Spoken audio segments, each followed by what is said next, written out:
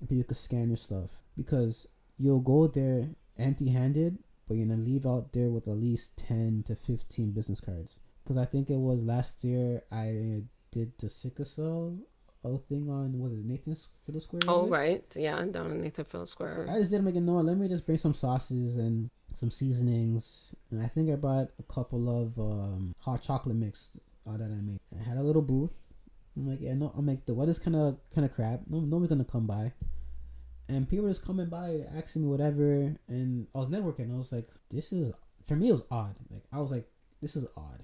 Why was it odd? Because people don't really do that. Like, I've been to almost every marketing or networking events from downtown to Barrie, Sudbury, and Scarborough, everywhere, and it's just people either doing the same thing and they're being like petty, or people just have their own little corner and not seeing a damn thing. And then when you try to go there as a customer, it's always no, don't go there. I have a better price, and my thing tastes better.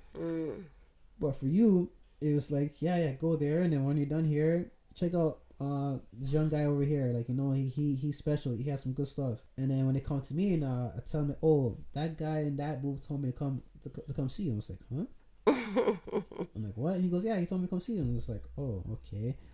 It caught me off guard. And then I'm like, yeah, and then connect to the next person behind us, and then we connected to I think there was a hospital or a physiotherapist person over there too as well. And we were talking for a good 30 minutes talking about food and seasonings that are good for arthritis pain and all this stuff. And we networked. I'm just like, this is different. This is really different. And people want to help you. And that's what we said earlier. Like, it's rare for black people to help each other, but they really want to help each other. So if you guys see Serena's post on Black Toronto Community or Community Black Toronto, I forgot what it is. It's on Facebook. Have been on Facebook for a while because some unfortunate business happened to my Facebook. But yeah, you can check her out. She always has stuff there to network. But with that, do you feel like you give too much of your time to your organizations that you are in? Oh, we have to go there, don't we? Well, people in my life have told me that I am giving a lot of my time. Need to slow down, say no. Yeah. That's the hardest thing to do. I don't know. I just look at it like somebody needs help. Yeah. And I'm capable of helping. I'm going to help. I don't know. That is, it just, I don't know. It's something that flourished when I was younger. Mm-hmm. Always helping the teacher, helping the kids. Want to go babysit, help someone who's sick. Yeah. This person doesn't have lunch. Okay, I want to cook for lunch. Like, damn, I did all that stuff. Cooking people lunch too? Shoot. No, that's crazy.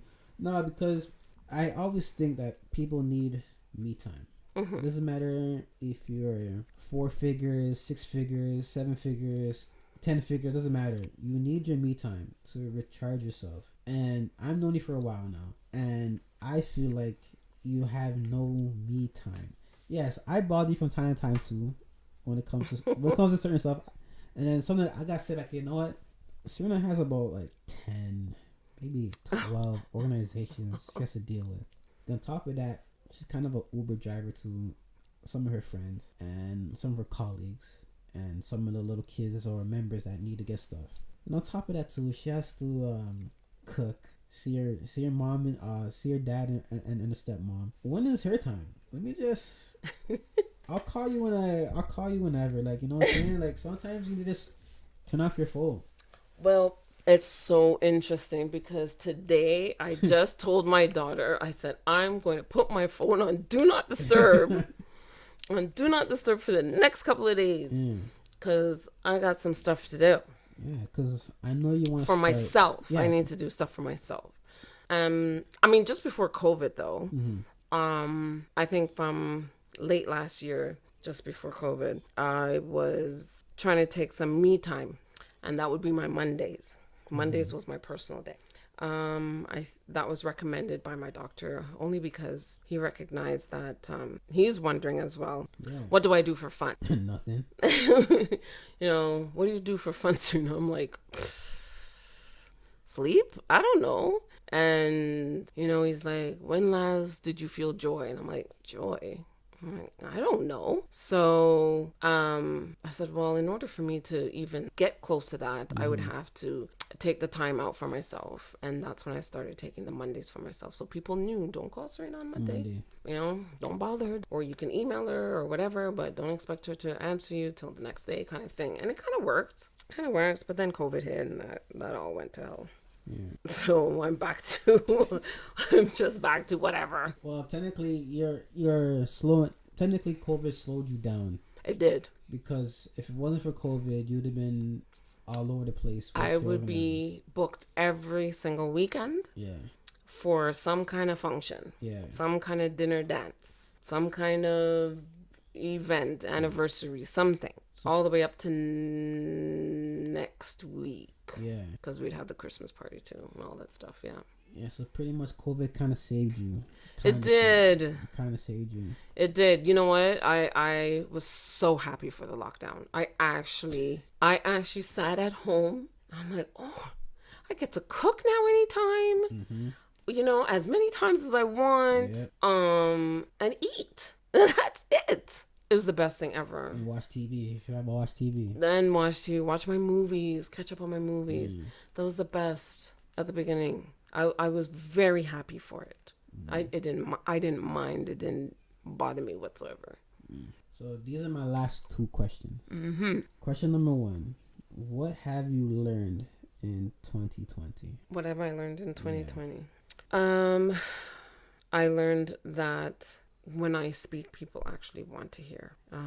I've always thought, whatever I say or talk about was never mattered at one point. So when I realized now I have a voice and people actually want to hear, I realized I have to take advantage of that. Okay. That's another really good lesson to learn, to be honest with you. My last one: what has COVID taught you? What has COVID taught me? Yeah, what has COVID taught you? It has taught you patience, fear, paranoia. Wow. COVID taught me, I don't know, reality. It taught me reality. I'll always be preaching, pain is real. It's real, people. This is their reality and blah, blah, blah. To the point where I have to explain, compare different types of pain to sickle cell pain and say, I prefer pregnancy pain over sickle cell pain. And they'll be like, whoa. So that's something that they can measure, right? So now I'm thinking, if I can, COVID has taught me reality as well because of how fragile life is. Yeah. Very fragile. But I consider myself very lucky. A lot has happened. Lost a lot of good friends and family this year. Insane. And actually not even one was COVID related, but it still has me focused on the fact that life is very short. Yeah. Life's very short. It's too short. Count your blessings. And it's made me go for what I want. And stop just dilly-dallying and just just do it.